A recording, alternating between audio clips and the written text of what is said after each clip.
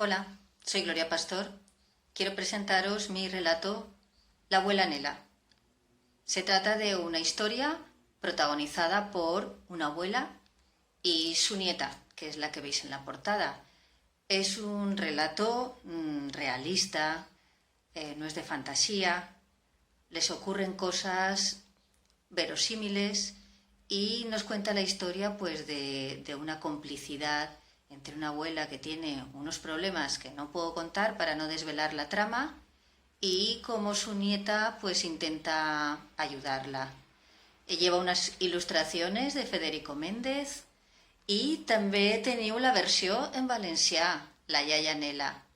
Cuando voy a los colegios y converso con los niños y niñas que han leído esta historia, me dicen que les gusta mucho y que les recuerda mucho a la relación con sus abuelas y abuelos. Espero que también os pueda gustar.